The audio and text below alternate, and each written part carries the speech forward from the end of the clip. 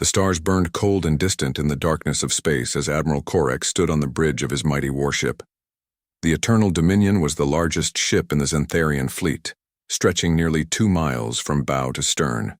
Its hull gleamed like black crystal, and powerful energy weapons lined its sides like the teeth of some great beast.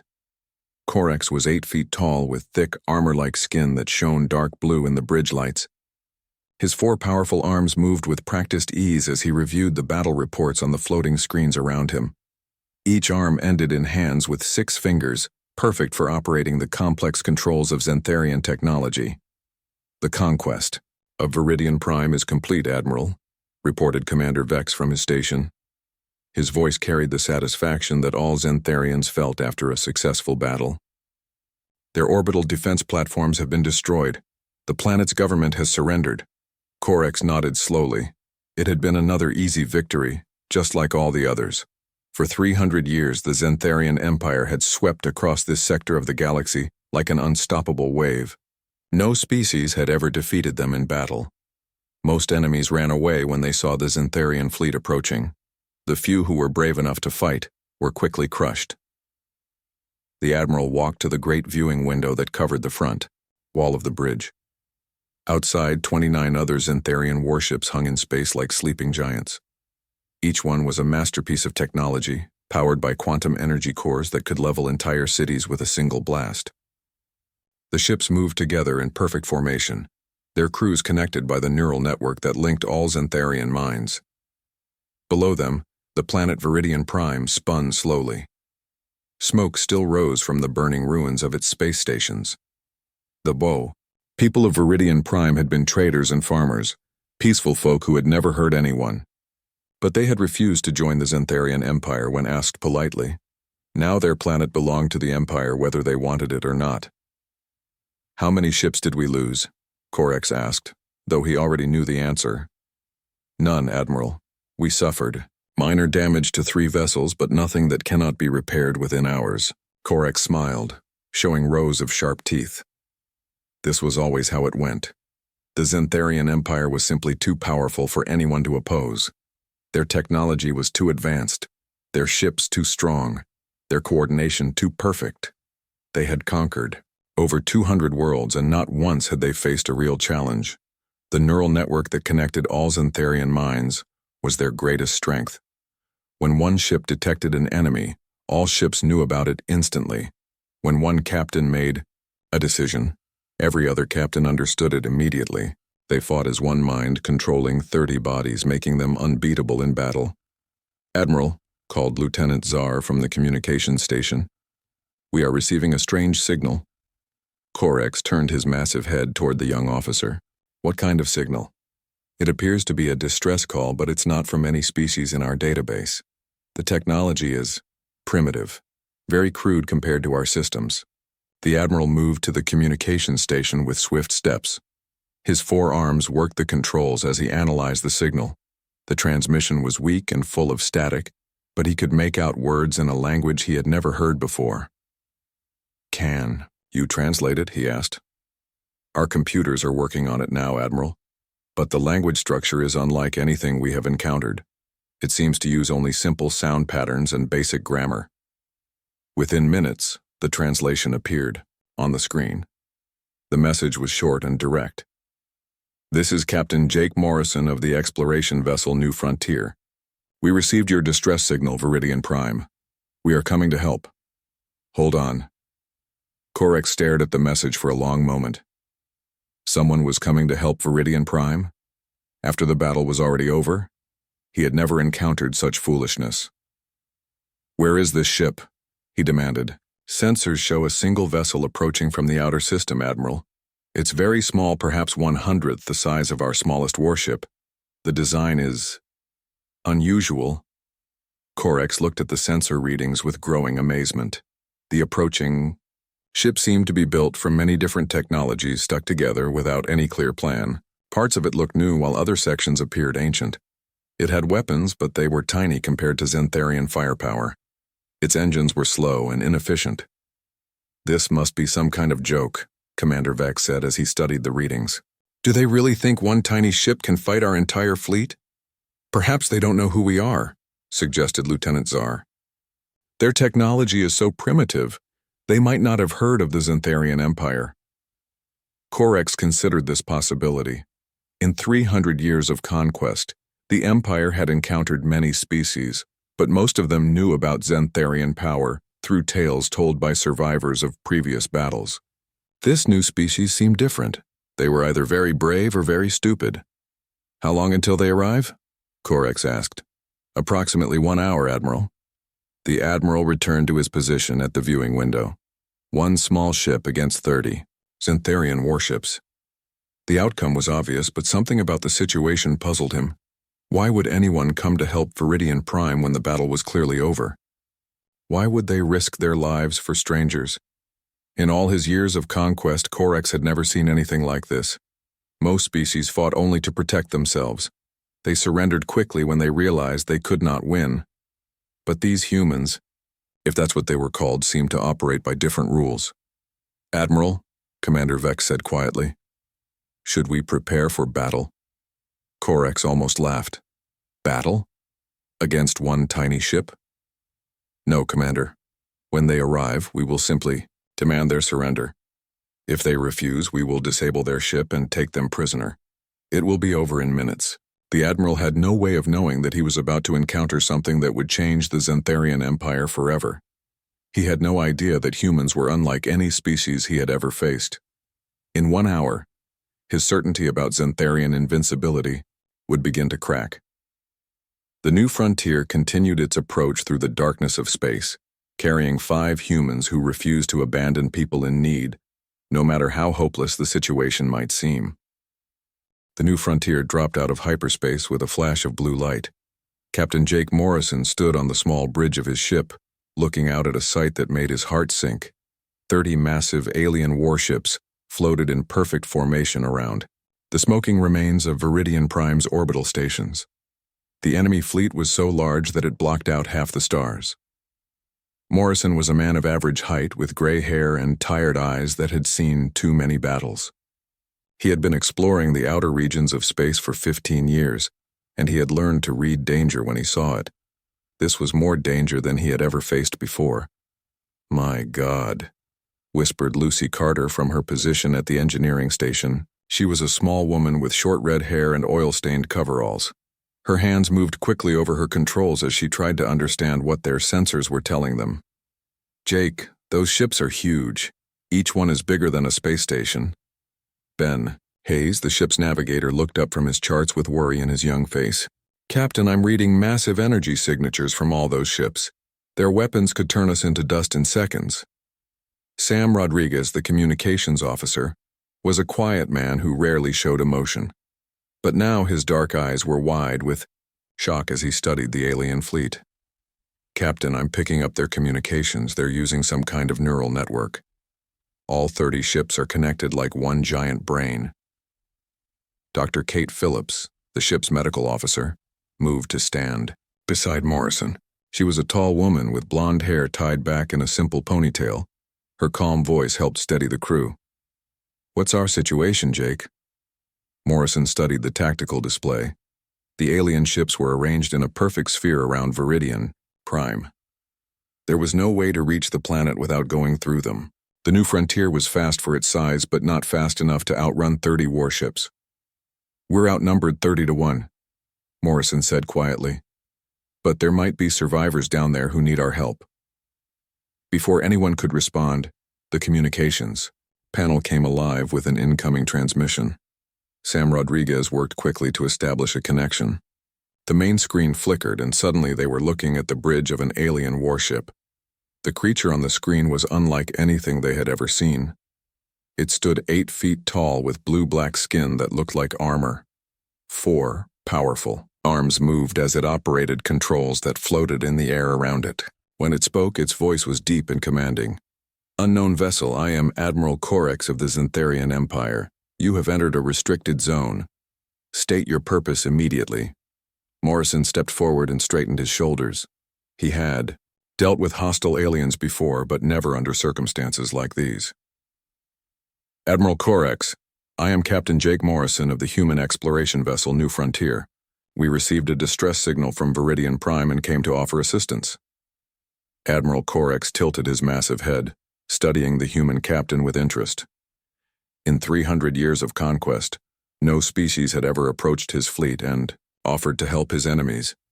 Most races fled in terror or attacked in desperation. This human seemed to be doing neither. "You came to help the inhabitants of Viridian Prime?" Corex asked slowly. "That's correct, Admiral. We understand there may be wounded civilians who need medical attention and evacuation." The Zenththeran Admiral exchanged glances with his officers. On his bridge, Commander Vex leaned forward with confusion. "Admiral, they must not understand the situation. Perhaps their technology is too primitive to realize we have already conquered this world." Corex studied the human ship on his sensors. It was indeed primitive by Zenththeran standards. The hull appeared to be patched together from different materials. The engines were old and inefficient. The weapons were tiny compared to Zenththeran firepower. Yet the humans had approached his fleet without hesitation. "Captain Morrison," Corex said, "Viridian Prime has been conquered by the Zenththeran Empire. The battle is over. There is no longer any need for outside assistance." Morrison felt his crew tense behind him, but he kept his voice steady. "I see, Admiral. In that case, we request permission to evacuate any civilians who wish to leave the planet." This request puzzled Corex even more. Why would these humans care about the fate of Viridian refugees? In his experience, most species only looked after their own kind. The concept of helping strangers was almost unknown in the galaxy. "Captain Morrison," Corex said after a pause, "your species appears to be new to this region of space. Let me explain how things work in the Zenththeran Empire. When we conquer a world, its people become our subjects. They serve the Empire now. There is no evacuation." Morrison nodded politely. "I understand your position, Admiral.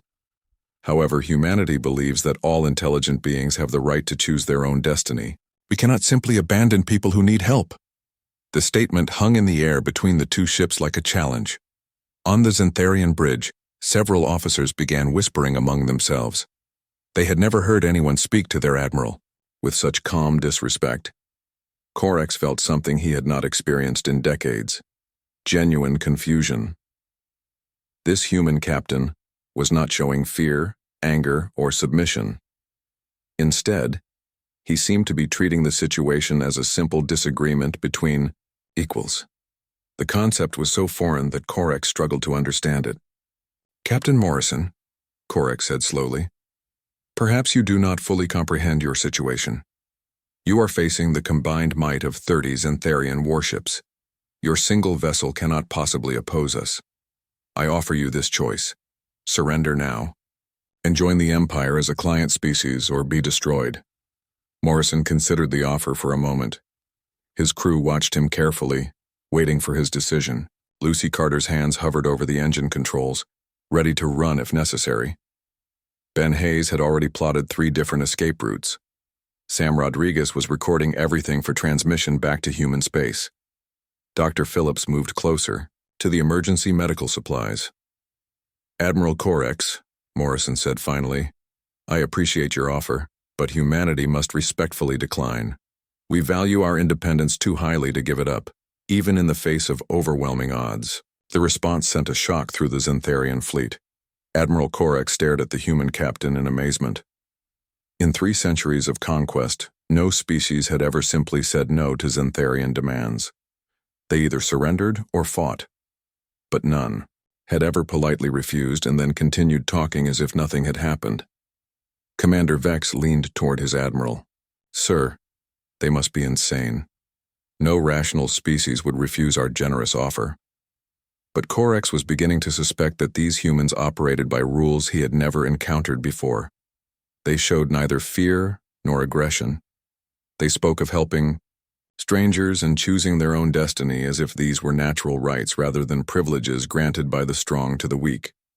"Captain Morrison," Corex said carefully, "what exactly do you intend to do?" Morrison smiled slightly. "We intend to complete our mission, Admiral. We came here to help people in need, and that's what we're going to do." The transmission ended, leaving both bridges in stunned silence. Admiral Korex stared at the blank screen, trying to process what he had just heard. The humans were not running away. They were not begging for mercy. They were simply planning to continue with their original mission as if 30 Zenththeran warships were not pointing weapons at them. For the first time in his long career, Admiral Korex found himself facing an enemy he did not understand at all. Admiral Korex stared at the blank screen for several long seconds. The human captain's calm refusal echoed in his mind. In 300 years of conquest, no species had ever spoken to him like that. They either begged for mercy or screamed threats, but this human had simply said no and meant it. "Admiral," Commander Vex said quietly, "what are your orders?" Korex turned to face his bridge crew. Every officer was watching him carefully, waiting for his decision. The neural network that connected all Zenththeran minds buzzed with confusion from the other ships in the fleet. They had all heard the conversation and none of them understood what had just happened. "We will disable their ship and take them prisoner," Korex announced. "Use minimum force. I want to study these humans and learn why they behave so strangely." The order went out instantly through the neural network. All 30 Zenththeran warships began to move into attack formation, their weapons charged with a low humming sound that could be felt through the hulls of their ships. On the bridge of the new frontier, Captain Morrison watched the alien fleet begin to surround them. The massive warships moved with perfect coordination, like dancers performing a deadly ballet. Their weapons were already glowing with deadly energy. "Captain," Lucy Carter called from her engineering station. "They're powering up weapons. Energy readings are off the charts." Morrison nodded calmly. He had expected this moment from the beginning. "Battle stations, everyone. Lucy, give me everything the engines can handle. Ben, plot us a course through that asteroid field to starboard. Sam, keep recording everything. Kate, prepare for casualties." Dr. Phillips moved quickly to secure the medical bay.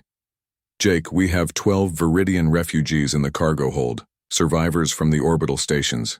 They're badly injured." "Keep them safe, Kate. That's what we came here to do." The first Zenththeran attack came without warning. 3 warships fired low-power energy beams designed to disable the New Frontier's engines. But Ben Hayes was already moving the ship when the weapons fired. The small human vessel twisted sideways and dove toward the nearby asteroid field with surprising speed. "Impossible," breathed Commander Vex as he watched the human ship dodge their carefully aimed shots. No ship that size should be able to move like that. Admiral Korex studied the tactical display with growing interest. The human ship was not behaving like any vessel he had ever encountered. Most ships tried to run in straight lines when facing superior firepower. But the New Frontier was weaving through space like it was dancing. "Their engine design is completely different from ours," reported the Zenththeran sensor officer. "Instead of one large power source, they have dozens of smaller engines all over their hull. When one system fails, another takes over immediately." The New Frontier raced toward the asteroid field with 6 Zenththeran warships in pursuit. Lucy Carter worked frantically at her controls, rerouting power from damaged systems and bringing backup generators online. Her engineering station looked like chaos, with cables running everywhere and spare parts scattered across every surface. "Lucy, I need more speed," Morrison called out. "I'm giving you everything I can, Jake, but this old girl wasn't built for this kind of stress." The ship shuddered as another energy beam passed close to the hull. Ben Hayes gripped his controls tightly as he guided them between 2 large asteroids. The Zenththeran ships were larger and more powerful, but they were also less maneuverable in tight spaces. "Captain," Sam Rodriguez called out, "I'm intercepting their communications. They're confused. They keep saying we're not following standard combat procedures." Morrison smiled grimly. "That's because we don't have standard combat procedures, Sam. We make it up as we go along." The New Frontier burst through the asteroid field and into open space beyond. But instead of continuing to run, Ben Hayes suddenly spun the ship around and dove back toward the pursuing Zenththeran vessels. The move was so unexpected that 2 of the alien warships nearly collided with each other trying to avoid the small human ship. "What are they doing?" Admiral Korex demanded as he watched the tactical display. The human ship had just turned around and was flying directly at his pursuing vessels. It was either the bravest thing he had ever seen, or the most foolish. The New Frontier raced between the Zenththeran ships, its small size allowing it to fit through gaps that would have been impossible for larger vessels. As it passed under the hull of one warship, Lucy Carter fired the ship's mining lasers at the alien vessel's sensor array. The damage was minimal, but the psychological effect was enormous. The human ship had actually attacked a Zenththeran warship and survived. Across the fleet, confusion spread through the neural network like a virus. "Admiral," Commander Vex reported, "the Crimson Death reports minor damage to their sensor array. The human ship somehow managed to target their most vulnerable spot." Corex studied the sensor readings with new respect. The humans had not fired at the weapons or engines, which would have been useless against Zenththeran armor. Instead, they had targeted the one system that could actually be damaged by their weak weapons. It showed a level of tactical thinking that impressed him despite himself. The chase continued for 20 minutes. The New Frontier led the Zenththeran ships on a complex dance through the debris field left by the destroyed orbital stations. Hayes used every piece of wreckage as cover, threading the ship through gaps that seemed impossible for anything larger than a fighter. Dr. Phillips worked steadily in the medical bay, treating the injured Viridian refugees while the ship twisted and turned around her. She had strapped herself and her patients to the medical tables, but her hands never stopped working. The refugees watched her with amazement. Even in the middle of a desperate battle, the human doctor continued to care for them. "Captain," Lucy Carter called out, "I've been analyzing their energy signatures. All their ships are connected to the same power grid. If we could disrupt that connection somehow, it might cause problems for their coordination." Morrison considered this information. "What kind of disruption?" "I'm not sure yet, Jake. Give me a few more minutes to study their systems." The New Frontier suddenly shook violently as a Zenththeran energy beam grazed its hull. Sparks flew from several control panels, and the lights flickered. Lucy Carter cursed as she fought to keep the engines running. "Hull breach on Deck 3, Sam Rodriguez reported. "Emergency bulkheads are holding, but we're losing atmosphere." Morrison made a quick decision. "Ben, take us back toward the main fleet. If we're going to make a stand, let's do it where it matters." The New Frontier changed course and raced back toward the 24 Zenththeran warships that surrounded Viridian Prime. The 6 pursuing vessels followed, their weapons charging, for another attack. Admiral Corex watched the human ship approach with a mixture of admiration and confusion. The small vessel had survived longer than any enemy in Zenththeran history. Its crew had shown skills and determination that he had never encountered before. But they were still vastly outnumbered and outgunned. "All ships, form attack formation," Corex ordered. "Surround them completely. This time we will not underestimate their abilities." The 30 Zenththeran warships moved into a perfect sphere around the New Frontier. There was no escape route left. The human ship floated in the center of the formation like a tiny insect caught in a web. "Captain Morrison," Admiral Corex transmitted, "you have fought well, but this is the end. Surrender now, and I promise your crew will be treated with honor." Morrison looked around his damaged bridge. Lucy Carter was working with burned hands to keep the engines running. Ben Hayes had blood on his forehead from a flying piece of debris. Sam Rodriguez was trying to repair his shattered communications console. Dr. Phillips appeared in the doorway, her medical coat stained with the blood of wounded refugees, but none of them looked ready to give up. "Admiral Corex," Morrison replied, "we appreciate the offer, but we still have work to do." The transmission ended and Morrison turned to his crew. "Lucy, tell me you have an idea." The engineer smiled despite her pain. "Actually, Jake, I think I do, but it's going to be risky. Everything we've done today has been risky. What's one more gamble?" Lucy Carter began explaining her plan, and, slowly, smiles appeared on the faces of the human crew. It was a desperate plan, built on guesswork and hope, but it was also the kind of plan that only humans would ever attempt. Admiral Corex had no idea that his moment of greatest triumph was about to become his greatest surprise. Lucy Carter wiped blood from her hands and moved to the main engineering console. Her fingers danced across the controls as she brought up the energy readings from the Zenththeran fleet. The numbers scrolled across her screen in glowing green text, telling a story that only she could understand. "Look at this, Jake," she said, pointing to the display. "All 30 of their ships are connected through something they call a neural network. But it's more than just communications. They're sharing power too." Captain Morrison moved to stand behind her, studying the complex patterns on the screen. "What does that mean for us?" "It means they have one big weakness," Lucy explained. "Their quantum energy cores all operate on the same frequency. They have to, or the neural network won't work. If we could send out an electromagnetic pulse on exactly the right frequency, we might be able to overload their entire system." Ben Hayes looked up from his navigation station. "Can we generate that kind of pulse?" Lucy Carter smiled, but it was not a happy smile. "Maybe, but I'd have to jury-rig our entire communications array and overload our main power core. The pulse might destroy our ship too." Dr. Phillips stepped onto the bridge, having secured the injured refugees in the medical bay. "How long do we have?" "Not long," Sam Rodriguez answered from his damaged communications console. "They're preparing for a final attack. All 30 ships are charging their weapons to full power." Morrison looked around at his crew. These 4 people had followed him through 15 years of dangerous exploration missions.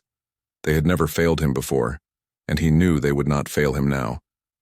"Lucy, start working on that pulse. Ben, I need you to position us exactly where Lucy tells you. Sam, monitor their communications and warn us of any changes. Kate, make sure our refugees are secure." The crew moved with practiced efficiency. They had worked together for so long that they could almost read each other's minds. But unlike the Zenththeran neural network, human teamwork was based on trust and friendship rather than technology. Lucy Carter began the dangerous process of converting their communications array into a weapon. She pulled panels off the walls and rerouted power cables with her bare hands. Sparks flew as she connected systems that were never meant to work together. "This is crazy," she muttered as she worked. "I'm basically turning our ship into a giant radio transmitter. If I get the frequency wrong, nothing will happen. If I get it too right, we'll fry our own electronics." Ben Hayes was studying the positions of the Zenththeran ships on his navigation display. "Lucy, where do you need us to be?" "Dead center of their formation," she replied without looking up from her work. "The pulse will spread out in all directions, but it needs to hit as many ships as possible at the same time." Admiral Corex watched the human ship from his bridge with growing respect. The New Frontier hung motionless in the center of the Zenththeran formation, surrounded by 30 massive warships. Its hull was scorched and damaged from the chase through the asteroid field, but somehow it was still functioning. "Admiral, Commander," Vex reported, "the human ship has stopped moving. All their weapons are powered down. Perhaps they are finally ready to surrender." But Corex was not so sure. The humans had surprised him too many times already. "Keep all weapons trained on them. If they make any suspicious moves, destroy them immediately." On the New Frontier, Lucy Carter was making final adjustments to her improvised electromagnetic pulse weapon. The communications array now looked like a twisted sculpture of metal and cables. Warning lights flashed red as the ship's power core was pushed far beyond safe limits. "Jake," she called out, "I think I've got it, but we'll only get one shot at this. And there's something else." "What?" "Even if this works and we disable some of their ships, we'll be defenseless afterward. The pulse will burn out most of our own systems too." Morrison nodded grimly. "We knew this was a one-way mission when we started. How many of their ships do you think you can disable?" Lucy studied her calculations one more time. "If I'm right about their power grid, I should be able to take out about half of them. The neural network will amplify the pulse and carry it to ships that are too far away to be affected directly." Sam Rodriguez suddenly looked up from his console. "Captain, they're moving. All ships are closing in for the final attack." Through the view screen, they could see the Zenththeran warships moving closer. The massive vessels blocked out the stars as they formed a tight sphere around the New Frontier. Energy weapons glowed like deadly stars along their hulls. "Lucy?" Morrison asked quietly. "Ready, Jake. Just say the word." Dr. Phillips appeared in the doorway of the bridge. "The refugees want to know what's happening. They're scared." Morrison thought about the 12 wounded Viridians in their cargo hold. They were farmers and shopkeepers who had never hurt anyone. They deserved a chance to live free lives, even if it cost him and his crew everything. "Tell them we're going to get them home," he said. Admiral Corex opened a final communication channel to the human ship. "Captain Morrison, this is your last opportunity. Surrender now or we will open fire with full power. Your ship will be completely destroyed." Morrison appeared on the Zenththeran view screen one last time. His gray hair was disheveled and there was dirt on his uniform, but his eyes were calm and determined. "Admiral Corex," he said, "thank you for the warning, but we have our orders." "What orders?" Corex asked, genuinely curious. Morrison smiled. "To never abandon people who need our help." The transmission ended. Admiral Corex stared at the blank screen, feeling something he had not experienced in centuries. Doubt. These humans were about to die for strangers they had never met. It made no sense according to everything he knew about survival and conquest. "Ships," he ordered reluctantly, "prepare to fire." On the new frontier, Morrison looked at each member of his crew one last time. "It's been an honor serving with all of you." "The honor was ours, Captain," Dr. Phillips replied, and the others nodded in agreement. Morrison took a deep breath. "Lucy, fire." Lucy Carter's hand slammed down on the activation switch. The new frontier's power core screamed as it poured all its energy into the modified communications array. The pulse that erupted from the small human ship was invisible, but it carried the focused determination of 5 people who refused to give up. The electromagnetic wave spread outward at the speed of light, striking the nearest Zenththeran warships. First, for a moment nothing seemed to happen. Then, one by one, the lights on the alien vessels began to flicker and die. The pulse hit the quantum energy cores and found exactly the resonance frequency that Lucy had calculated. The cores began to overload, and the overload spread through the neural network like wildfire. Ships that were too far away to be directly affected suddenly found their power systems failing as the network tried to compensate for the damaged vessels. Within 30 seconds, 15 Zenththeran warships were dead in space, their crews struggling with emergency lighting and backup power. The neural network that had been their greatest strength had become their greatest weakness. On the bridge of the Eternal Dominion, Admiral Corex watched in stunned amazement as half his fleet went dark. Emergency alarms rang throughout his ship, as the crew struggled to understand what had just happened. "Report," he shouted. "Massive system failures throughout the fleet," Commander Vex replied, his voice shaking. 15 ships have lost main power. The neural network is completely disrupted. We can't coordinate with the other vessels." Corex turned to look at the human ship on his view screen. The new frontier was also dead in space, its lights flickering weakly. But somehow, impossibly, it had just crippled half the Zenththeran fleet. For the first time in 300 years of conquest, Admiral Corex faced the possibility of defeat at the hands of a single enemy ship. The silence in space was absolute. 15 Zenththeran warships floated like sleeping giants, their lights dark and their weapons cold. The neural network that had connected the mighty fleet for 3 centuries was broken, leaving each ship alone, with its own thoughts for the first time in generations. Admiral Corex stood on his bridge, staring at the tactical display that showed half his fleet disabled. The red warning lights painted his blue-black skin in shades of crimson. Around him, his officers worked frantically to re-establish contact with the damaged vessels. "Admiral," Commander Vex reported, his voice tight with strain. "We have emergency power on most of the disabled ships. No hull breaches, no casualties, but their main systems are completely fried." Corex nodded slowly. The humans could have targeted weapons or life support systems. Instead, they had chosen to disable rather than destroy. Even in the middle of a desperate battle, they had tried to avoid killing their enemies. "What is the status of the human ship?" he asked. "Also dead in space, Admiral. Their electromagnetic pulse burned out their own systems as well." "They are," completely helpless. Admiral Korex studied the image of the new frontier on his view screen. The small ship drifted silently, only a few emergency lights flickering along its damaged hull. It would have been easy to destroy it now. One shot from any of his remaining 15 warships would turn the human vessel into space dust, but something stopped him. In all his years of conquest, Korex had never encountered an enemy that fought with such determination while showing mercy to their opponents. The humans had disabled his ships when they could have destroyed them. They had risked their lives for strangers they barely knew. "Admiral," the communications officer called out, "we are receiving a transmission from the human ship. Put it through." Captain Morrison appeared on the main screen, his face pale and tired.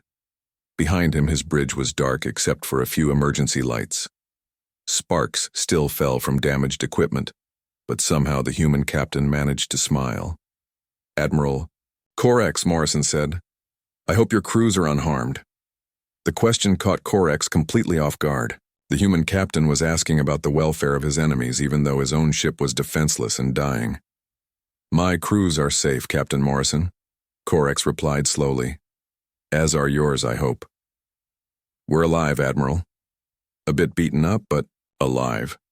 My medical officer is asking if you need any assistance with your wounded."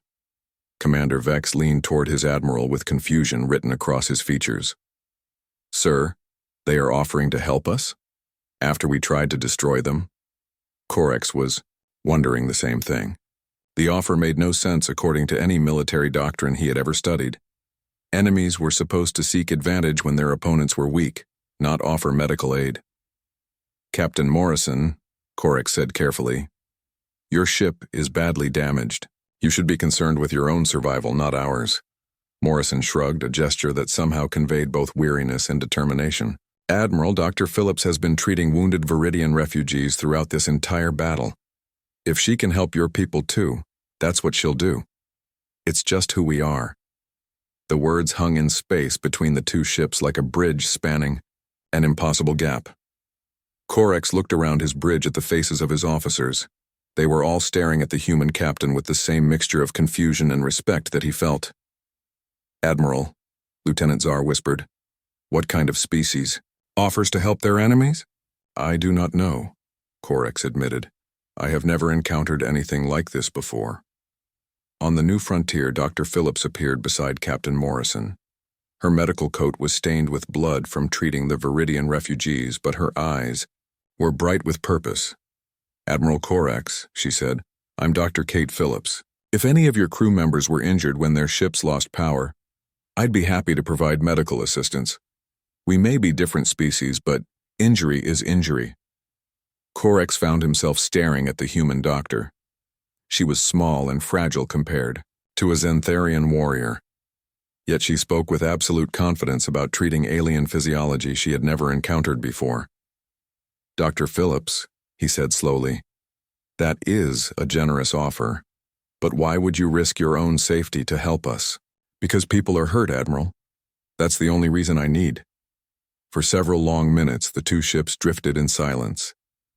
Admiral Korex struggled with concepts that challenged everything he believed about warfare and conquest. His entire worldview was built on the idea that strength determined survival, that the powerful naturally dominated the weak. But these humans had shown a different kind of strength. They had faced impossible odds not for conquest or glory, but simply to help strangers in need. They had defeated half his fleet while trying to minimize casualties on both sides. And now, in their moment of greatest vulnerability, they were offering aid to their enemies. "Commander Vex," Korex said quietly, "open a channel to Imperial headquarters." "Yes, Admiral. What message should I send?" Korex thought carefully before answering. The words he spoke now would change the course of Zenththeran history. "Tell them that we have encountered a new species called humans. Tell them that these humans should be approached as equals, not as potential subjects. And tell them that Admiral Korex recommends immediate diplomatic contact." Commander Vex stared at his admiral in shock. "Sir, equals, but they are clearly inferior in technology and numbers." "Are they, Commander?" Korex gestured toward the tactical display showing his disabled fleet. Half our ships are dead in space, and we are having this conversation because they chose to show mercy rather than press their advantage. I would not call that inferior. The Admiral opened a direct communication channel to Captain Morrison. Captain, I am ordering my remaining ships to stand down. We will not interfere with your mission to evacuate the Viridian refugees. Morrison's tired face brightened with surprise. Thank you, Admiral. That means a great deal to us. Captain Morrison, I have a question. What will you do now? Your ship is badly damaged and you are far from home. Morrison looked back at his crew, then returned his attention to the screen. We'll make repairs and complete our mission, Admiral. Then we'll head home and tell our people about this encounter.